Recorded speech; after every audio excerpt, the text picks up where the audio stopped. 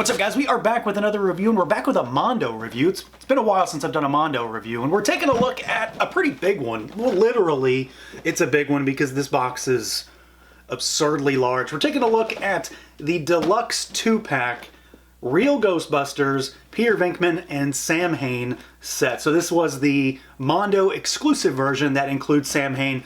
The only way to get him is in this set. Otherwise, you're buying a single pack Venkman only. Now, this thing comes in, it's an enormous box. Like, I'm not the biggest fan of this box. Like, it's pretty cool, I like it, but it's just so big. I'm kind of tired of oversized boxes that I feel compelled to keep. But my personal commentary aside, it does look pretty cool. It's obviously fashioned after the Firehouse. It's very cartoon inspired in its artwork.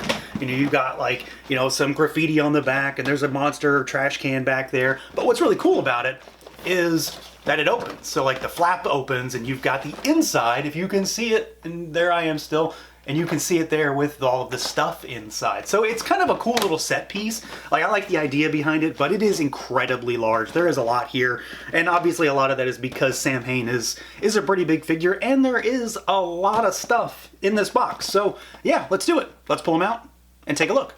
And here we go. Out of the package, our Mondo 112 Real Ghostbusters Deluxe Venkman and Samhain 2-pack. So again, this was directly available from Mondo as a 2-pack, and it's the only way you can get Pumpkinhead here.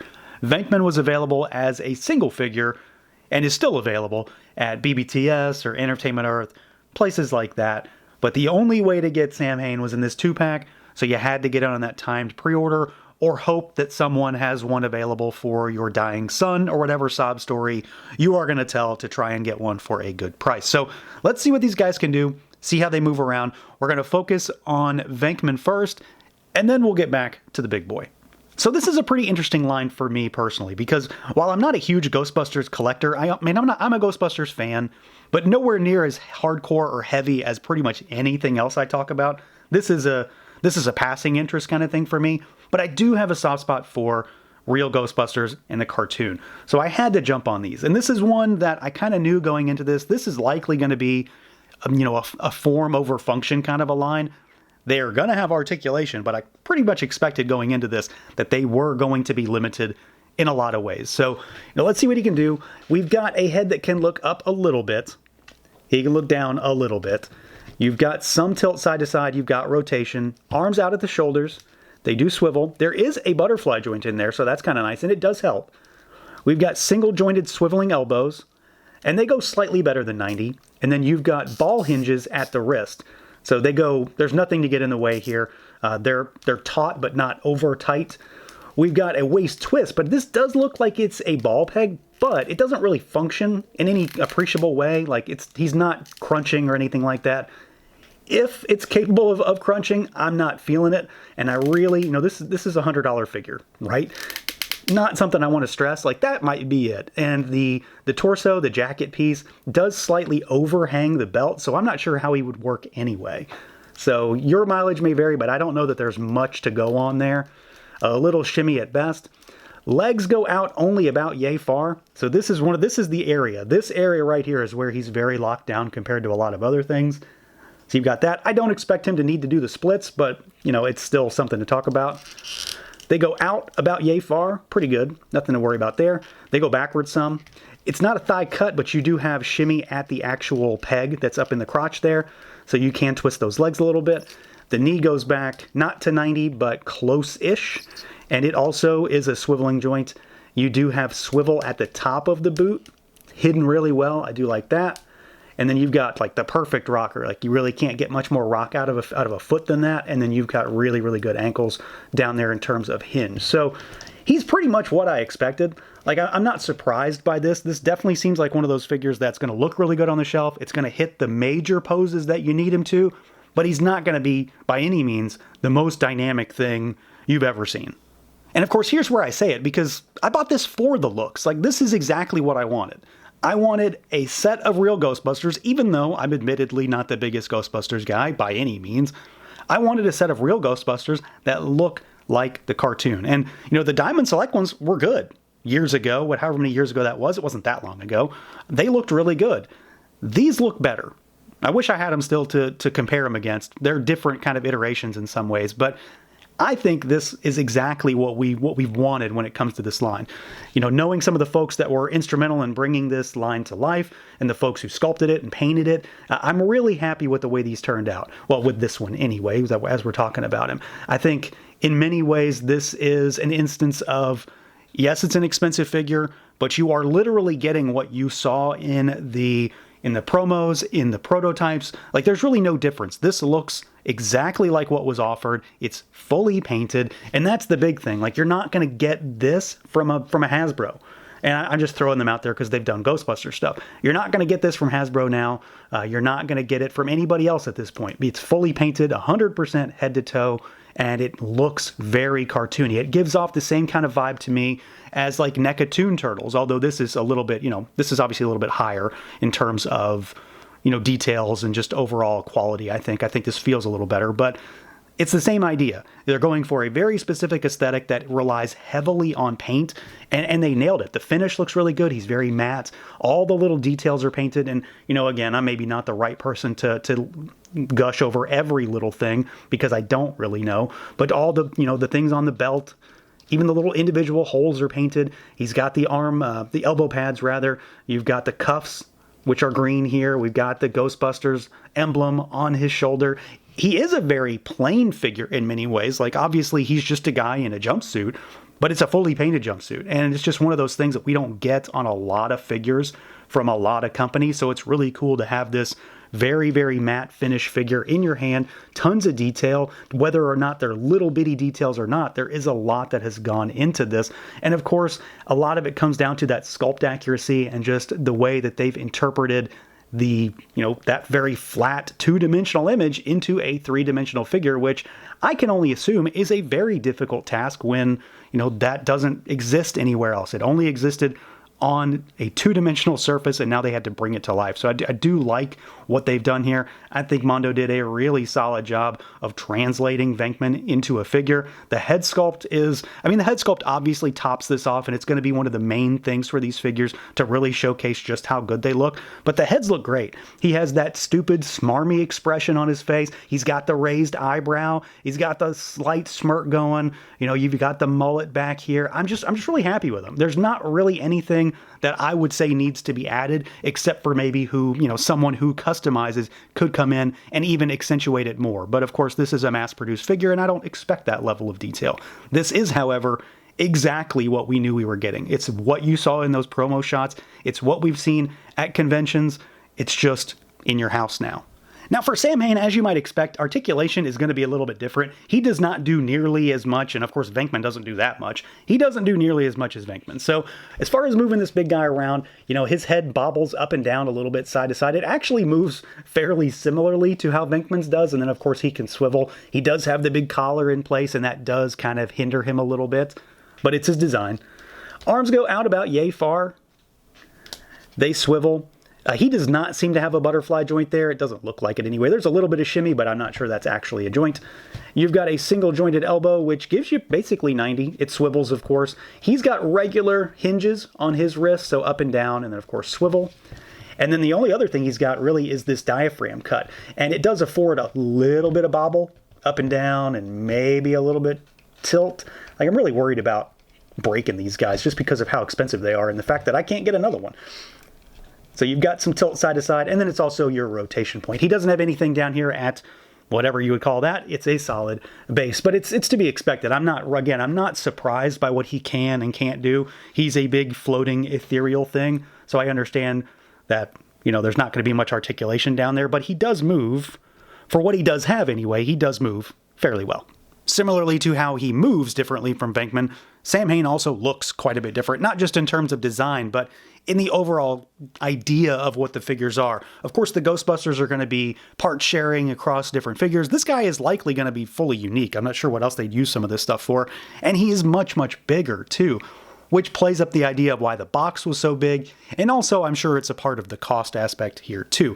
Now, here's Venkman again real quick, just for quick size comparison between the two to give you an idea of how they stack up. I really like this comparison and how different they are. if they were the same height, I don't know that I would be nearly as interested in this. And I feel like that's going to be kind of across the board with the ghouls that we get. The fact that they are going to be such an odd shape and size, while maybe cumbersome in some ways, I think adds a lot of just excitement to the figures. This guy in particular, there is and there isn't a lot to really talk about. The pumpkin looks great. There's a lot of shading. It starts darker up top and then it gets lighter as it goes down. He's got this very menacing expression. He's got the flowing robes. I love the tatters, you know, on the arms, and then the bottom that just sort of stops and sort of flows out from the bottom. It's very reminiscent to me of the Motu Classics Shadow Weaver figure in many ways. Same idea anyway. I really like that. I'm a big fan of how they shaded the absolute hell out of his robes. Like, again, he doesn't have a lot of really defining body parts. He's got arms and this sort of ethereal torso and a head. So there's not a lot of places for paint detail or shading outside of these robes, and they really went to town on it. There is a lot of different hues of like this sort of maroon and then black shading on there to highlight and accentuate what would be a lot of shaded areas. I do like the hands they gave him. You know, we've got more to talk about, but he's got the very important pointing finger. He's got some gnarled sort of grasping fingers on the other hand. And in general, it's just a fun design that translated exceptionally well into an action figure. And of course, the intense amount of paint on this guy, you know, again, this is one of those things, it's fully painted from top to bottom, which seems like a stupid thing to harp on, but you know, look at all your figures. Most of them aren't like that. So this is something I love to see across, you know, especially a new line like this, is to see, you know, this attention to detail, this level of paint applications, just all of this stuff hitting this big body to really bring out some of that detail, accentuate the shadows and the lighting that you can hit him with, and just to make him look cool and menacing on your shelf. It's hard to not like a big ghost pumpkin dude. Like, what part of that doesn't sound cool? Now, as far as accessories goes, there is a decent bit of stuff here. I mean, obviously there should be. It is, again, a pretty expensive set. And there is a lot of accessories in general that have a lot of value for what they're trying to sell here. It's not just a bunch of random stuff. It absolutely works with the idea going into what they're trying to sell, with getting all 4 of these Ghostbusters and some big corresponding ghosts. So to start with, Venkman does have an extra head sculpt, so he's got that sort of smarmy expression on him with the first head. This head is a more angry expression. That makes perfect sense. I do like that. He does come with some extra hands, and this might be the one area where I wish they'd change things up just a little bit. I wish he had fists, just to have something else, or just, you know, give a different type of hand rather than only gripping hands. So, you know, you've got the bare hands here, but of course they also wear gloves at times too. So you've got gloved hands for these, which makes sense. That perfectly works. But they also give you the cuffs that go over the sleeves of the jacket. So you can do, you know, one of these numbers, and then you've got a fully sleeved, gloved hand. And that works really well. It doesn't really get in the way of anything either. So if you want to have that look, you've got that option. He includes, of course, the proton pack, which looks great. You know, very cartoony. You, of course, have your wand, which has storage up here. It's got the hook for storage, so you can keep that stowed on his back if you want. And then you've got the, you know, the hose for it. This thing looks great. I'm really happy with the way this turned out. A lot of little hits of paint, a lot of detail all over this guy. And of course, you know, I've said it a million times, I love figures that have places to put all their stuff, so I don't have to store it somewhere. And he does have that. The proton pack does also have storage for the ghost trap as well. So there's a hook right here where the trap can be hooked onto it, and then you can coil up the you know, the pedal for it and hang it off the bottom. I would be kind of cautious with that, because this is kind of like, it's just a wire basically, and that makes sense, but I'd be worried about doing that too much. It might wear out over time. But this thing looks really good too. A lot of little paint details. You've got the containment unit that is removable. So of course, you know, if you want him to bust a ghost, you've got a way to do that and take it out. But for this one in particular, the reason why it does that is because it also includes this. So this is an open unit with a mini Samhain being sucked down into it, and I absolutely love this. Again, this is one of those things that kind of adds a lot of value just for the figure itself, especially for folks who do toy photography or dioramas or elaborate setups on your shelf or whatever in the hell you're doing with your figures. This is an awesome awesome little accessory. You know, you've got like light emitting out of it. You've got a little lightning effect, light coming out of it that changes the color of his robes. You've got this stretched facial expression. It just looks really cool. It is a pretty heavy thing, so it kind of top heavy. You'll have to pose it kind of correctly and watch what you're doing with it. But this thing is absolutely awesome. I really, really like that. Very fun little accessory. He includes some effects for the actual wand itself. So you've got a stream, of course, obviously, don't cross them. But this is great. This just pegs into the end of the wand, and then you can have him, you know, busting ghosts left and right. That's neat. Probably, you know, one of the best accessories in the entire set for sure is this guy. So of course he comes with a buddy, and it has to be Slimer. Slimer does have a little articulation. The arms are articulated. That's really all I do is swivel.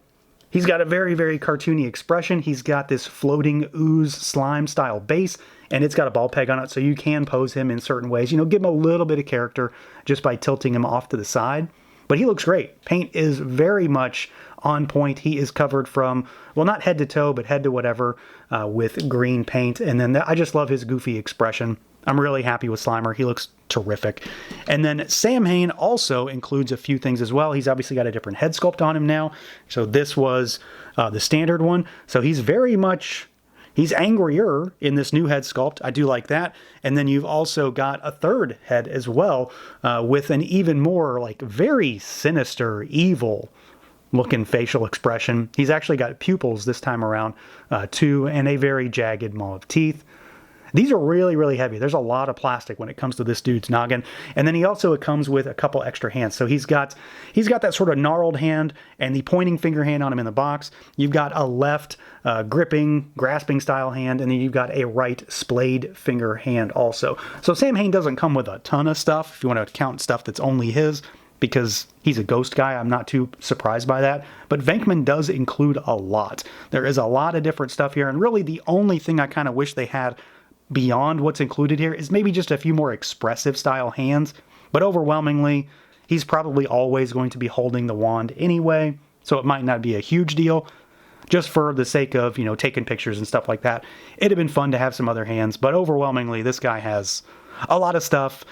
It's hard to top Slimer, and all this other neat stuff really is just icing on the cake. Now, there is one other thing in this box that is an accessory, but it's not the same kind of accessory. So this is a cardboard cutout little standee set of 4 different ghosts that you can put on your shelf. And, you know, you've got like the toilet ghost. Like, that's the one I was immediately drawn to because I remember that one very vividly from when I was a kid. I just don't know if I'm going to use this, so I didn't want to tear it all apart and then never actually do anything with it, so I left them in for the time being. But I at least wanted to mention that this is in there. It's just floating around in the box. I almost didn't notice it at first when I took it out, but it's a really cool idea. It definitely goes with the 80s vibe of real Ghostbusters and, of course, vintage toy lines and things like that. And it's one of those things that they definitely didn't have to include, but I think it's cool that they did. So yeah, overall, I'm really happy with this set. It is expensive. You know, there's no discounting that. It is an expensive set, but I do think we're pretty close on value here, you know, in terms of 2025 toy value. I don't know that I would have bought VENKMAN alone for $100. The two of them together is what sold me on this set. And again, they do come with a lot of stuff. I mean, Slimer alone is a little movable minifigure. Samhain has 2 additional monstrous head sculpts. We've got 2 fully painted figures. There's effect parts, the tiny Samhain, the proton pack with all the interchangeable parts. There is a lot of stuff going on here. And again, they look almost perfect. I'm hesitant to say perfect because, you know, I'm not the right person in the Ghostbusters world to say that. But as far as I'm concerned, they're almost perfect. There are, of course, limitations when it comes to articulation. I 100% expected that going into it, so it's not a surprise. It just is what it is. They move well enough for what they are for me, and I think, honestly, any real Ghostbusters fan is going to absolutely lose it when they see these in person and get them in hand. So that's going to do it for this look at the Mondo 112 Real Ghostbusters, Peter VENKMAN and Samhain. Let me know what you guys think. Feel free to like, comment, subscribe, and share, and until next time.